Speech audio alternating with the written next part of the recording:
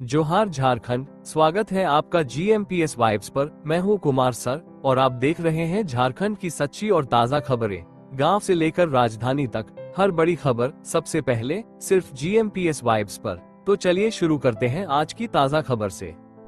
Jemimah Rodrigues के नाबाद शतक के दम पर भारत ने वर्ल्ड कप का सबसे बड़ा रन चेज करते हुए 7 बार की चैंपियन ऑस्ट्रेलिया को सेमीफाइनल में 5 विकेट से रौंदकर महिला वनडे वर्ल्ड कप 2025 के फाइनल में जगह बना ली है, जहां रविवार को भारत का सामना दक्षिण अफ्रीका से होगा। ऑस्ट्रेलिया ने पहले बल्लेबाजी करते हुए भारत को जीत के लिए 339 रनों का बड़ा टारगेट दिया। भारत ने अपने 2 विकेट जल्दी गंवा दिए, लेकिन हरमनप्रीत कौर और जेमिमा रोड्रिगस की 150 से अधिक रनों की साझेदारी और जेमिमा की नाबाद 127 रनों का जुझारू पारी के दम पर भारत ने वर्ल्ड कप का अब तक सबसे बड़ा लक्ष्य चेज कर लिया। भारत ने 9 गेंद शेष रहते ही जीत हासिल कर ली और तीसरी बार वर्ल्ड कप के फाइनल में पहुंच गया। 2005 और 2017 के बाद अब 2025 में तीसरी बार भारत फाइनल में पहुंचा है। बोकारो जिले में 1 नवंबर 2025-26 से किसानों को प्रमाणित गेहूं व सरसों का बीज 50% अनुदान पर उपलब्ध कराया जाएगा। जिला कृषि विभाग ने इसकी तैयारी पूरी कर ली है। जिला कृषि अधिकारी ने बताया कि रबी मौसम 2025-26 में प्रमाणित बीज वितरण के लिए गेहूं बीज किस्म HD 2967 व HD 3086 तथा सरसों बीज किस्म RH 761 का आवंटन किया गया है। गेहूं बीज की अधिकृत दर 3,975 रुपए प्रति क्विंटल है, जबकि 50% अनुदान के बाद किसानों को 1,987 रुपए 50 प्रति क्विंटल की दर से उपलब्ध कराया जाएगा। सरसों बीज की अधिकृत दर 10,290 रुपए प्रति क्विंटल है, जिसे 50% अनुदान के बाद 5,145 रुपए प्रति क्विंटल पर दिया जाएगा। किसानों को बीज वितरण केंद्र पर बीज प्राप्त करने के लिए अपनी जमीन की रसीद, वंशावली, आधार कार्ड और पासपोर्ट साइज फोटो देना होगा। शहर की पहली 4 लेन सड़क परियोजना को नगर निगम की 35 दुकानें फिर से रोक दिया है। इसके पूर्व शहर के अंबेडकर चौक से सटे 24 दुकानों को, जो सड़क की चौड़ाई को रोक रही थी, निगम ने काफी जद्दोजहद के बाद दुकानदारों से खाली करवाई थी। दुकानों को जेसीबी से ध्वस्त किया गया, तब जाकर सड़क निर्माण कार्य की रफ्तार जोर पकड़ी। अभी फिर जिन 24 दुकानों को ध्वस्त किया जा चुका था, उनसे सटी निगम की सिलसिलेवार अन्य 35 दुकानें भी सड़क निर्माण में रुकावट पैदा कर रही है। बोकारो स्टील प्लांट BSL में सितंबर 2025 के best employee of the month को सम्मानित करने के लिए एक कार्यक्रम आयोजित किया गया। कार्यक्रम में बोकारो स्टील के कार्यपालक निदेशक, कार्मिक एवं प्रशासन और अन्य वरिष्ठ अधिकारियों ने उत्कृष्ट कार्य करने वाले कर्मचारियों को प्रशस्ति पत्र और स्मृति चिन्ह प्रदान किया। कर्मचारियों को ये पुरस्कार उनकी मेहनत, समर्पण और नवाचारपूर्ण कार्यशैली के लिए दिया गया।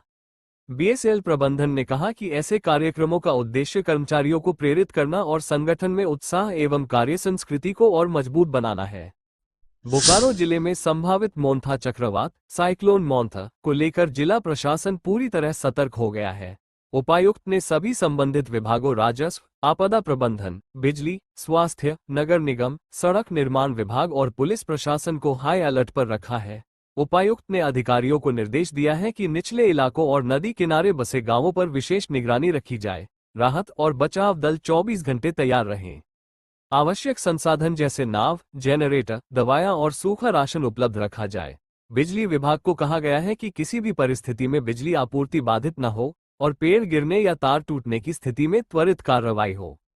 मौसम विभाग के अनुसार बंगाल की खाड़ी में बना मोंथा निम्न दबाव का क्षेत्र धीरे धीरे चक्रवाती तूफान में बदल सकता है, जिससे झारखंड के कई जिलों में भारी वर्षा और तेज हवाएं चलने की संभावना जताई गई है।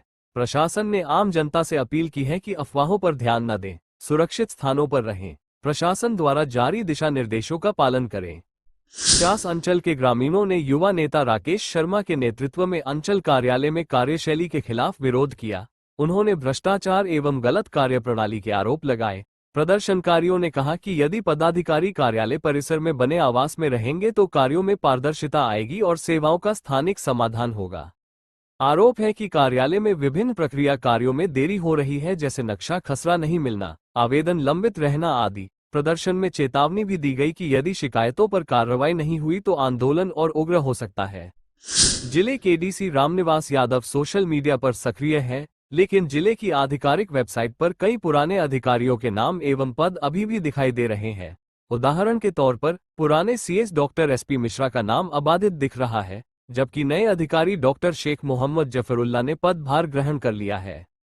इसका असर आम लोगों तक पड़ रहा है। जब वे वेबसाइट पर उपलब्ध नंबर पर कॉल करते हैं तो पुराने अधिकारी के पास कॉल जा रही है, जबकि उन्होंने तबादला कर दिया है। 259 में से 3 डोनर HIV पॉजिटिव, एक के परिवार के 5 सदस्य संक्रमित मिले। स्वास्थ्य मंत्री का बड़ा खुलासा। उनके अनुसार 259 रक्तदान दाताओं में से 3 दाताओं की जांच में HIV पॉजिटिव पाया गया। एक संक्रमित दाता के परिवार के 5 सदस्य भी HIV संक्रमित पाए गए। ये खुलासा स्वास्थ्य मंत्री ने किया है। घटना ने झारखंड स्थित स्वास्थ्य एवं रक्तदान व्यवस्था की विश्वसनीयता पर प्रश्न खड़े कर दिए हैं। स्वास्थ्य विभाग उनसे जुड़े ब्लड बैंक और रक्तदान केंद्रों की जांच कर रहा है एवं आगे की कार्रवाई करने की बात कर रहा है। सुदेश महतो ने कहा कि वर्तमान सरकार को जनता के स्वास्थ्य की चिंता करनी चाहिए, न कि उनकी जान को पैसों में तौलने का काम करना चाहिए। उन्होंने उदाहरण दिया कि चाईबासा सदर अस्पताल में थैलेसीमिया पीड़ित बच्चों को संक्रमण वाला खून चढ़ाए जाने की घटना घोर लापरवाही है। उन्होंने कहा कि स्वास्थ्य व्यवस्था में सुधार नहीं हो रहा और आम जनता की आवाज को दबाया जा रहा है। कार्यक्रम स्थल चांडिल के चिलगू में पार्टी कार्यालय में कोल्हान स्तरीय कार्यकर्ताओं की बैठक। जिले के कांद्रा थाना क्षेत्र में 19 वर्षीय छात्रा नेहा नायक की पत्थर से कुचलकर हत्या कर दी गई। उसका शव बुरुडीह के जंगल में हाई टेंशन तार के नीचे स्थित जगह पर पाया गया। छात्रा शिवपुर गांव की निवासी थी और 12वीं की पढ़ाई कर रही थी। पुलिस ने मामला हत्या का माना है और आसपास के इलाकों में मोबाइल लोकेशन व अन्य सबूतों के आधार पर जांच शुरू की है। झारखंड के शहर स्पेशली जमशेदपुर में ऑनलाइन बुकिंग द्वारा घर बदलने की सेवा ले रहे लोगों को अब फर्जी पैकर्स एंड मूवर्स कंपनियों द्वारा ठगी का शिकार बनाया जा रहा है। ठग सोशल मीडिया, गूगल सर्च या विज्ञापनों के माध्यम से नकली वेबसाइट व मोबाइल ऐप बनाकर ग्राहकों को लुभाते हैं। उनके पास दिखावे के लिए फर्जी GST number, fake ID card व कंपनी लोगो तक होते हैं। ग्राहक एडवांस राशि ट्रांसफर करते हैं, लेकिन सामान पहुंचने से पहले ही कंपनी से संपर्क कट जाता है या ट्रक नहीं आता है। असली कंपनियों को भी इस ठगी की वजह से ग्राहकों का भरोसा खोने का संकट खड़ा हो गया है। प्रशासन ने बताया है कि चांडिल चेकपोस्ट व अन्य स्थानों पर वाहन पलटू गतिविधियों की निगरानी के लिए 24 घंटे ड्यूटी में दंडाधिकारी, पुलिस व खनन विभाग की टीम तैनात की जाएगी। इस दिशा में अब तक कार्रवाई के तौर पर हाईवा, JCB और अन्य उपकरण जब्त किए गए हैं। प्रशासन ने आम नागरिकों से अपील की है कि यदि वे अवैध गतिविधियों का पता लगाएं तो तत्काल सूचना दें। आगामी शतरंज प्रतियोगिता में 9 राज्यों से लगभग 300 से अधिक खिलाड़ी भाग लेने वाले हैं। प्रतियोगिता का आयोजन झारखंड चेस एसोसिएशन व जिला खेल संवर्धन समिति के संयुक्त तत्वावधान में किया जा रहा है। प्रतिभागियों में राज्य स्तर के खिलाड़ी, राष्ट्रीय स्तर के चयनित युवा और कई महिला खिलाड़ी भी शामिल होंगे। आयोजन स्थल पर 4 दिवसीय मुकाबले होंगे, जिनमें आयु आधारित व ओपन श्रेणियों में प्रतियोगिता होगी। विजेताओं को नकद इनाम व ट्रॉफी दी जाएगी। साथ ही चयनित खिलाड़ियों को राष्ट्रीय स्तर पर प्रतिनिधित्व का मौका मिलेगा। डुमरी विधानसभा क्षेत्र के नावाडीह प्रखंड के मुंड्राटान चिरूडीह की रहने वाली पूनम कुमारी BSc नर्सिंग की छात्रा है और वर्तमान में जमशेदपुर में पढ़ाई कर रही है। आर्थिक स्थिति कमजोर होने के कारण वे हाल ही में अपनी फीस जमा नहीं कर पा रही थी। 2 दिन पहले जब पूनम ने अपनी परेशानी डुमरी के विधायक जयराम महतो को बताई तो विधायक ने मदद का भरोसा दिया था। अपने वादे पर कायम रहते हुए जयराम महतो ने शुक्रवार को अपने वेतन से पूनम की नर्सिंग कोर्स की फीस अदा की। फीस भरने के बाद विधायक ने पूनम को शुभकामनाएं देते हुए कहा कि उनकी पढ़ाई में किसी प्रकार की रुकावट नहीं आने दी जाएगी। उन्होंने कहा, आप निश्चिंत होकर अपनी पढ़ाई पूरी करें, मैं हर कदम पर आपके साथ हूं। उम्मीद है कि आप आगे चलकर समाज के जरूरतमंदों की सेवा करेगी। विधायक की इस पहल की स्थानीय लोगों ने जमकर प्रशंसा की। लोगों ने कहा कि यह कदम न सिर्फ प्रेरणादायक है, बल्कि यह साबित करता है कि जनप्रतिनिधि यदि ठान ले तो किसी के जीवन में सकारात्मक बदलाव ला सकते हैं। इस चक्रवाती तूफान की आंधी वृष्टि की वजह से झारखंड में कई जिलों में तीव्र बारिश, तेज हवाएं और बिजली चमकने की घटनाएं दर्ज हुई। राज्य के राजधानी रांची और आसपास के जिलों में बारिश के बाद सड़कों पर जलभराव, आवागमन में बाधाएं एवं दिनचर्या में व्यवधान देखने को मिले।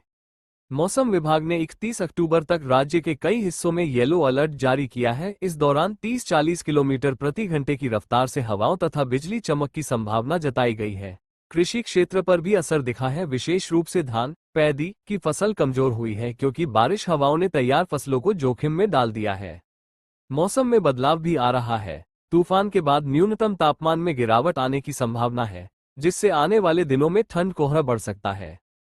तो ये थी आज की झारखंड की प्रमुख खबरें। अगर आपको वीडियो पसंद आई हो तो लाइक, शेयर और सब्सक्राइब करना न भूलें और नोटिफिकेशन बेल दबाना न भूलें ताकि अगली खबर आप तक सबसे पहले पहुंचे। तब तक के लिए जय झारखंड, जोहार झारखंड।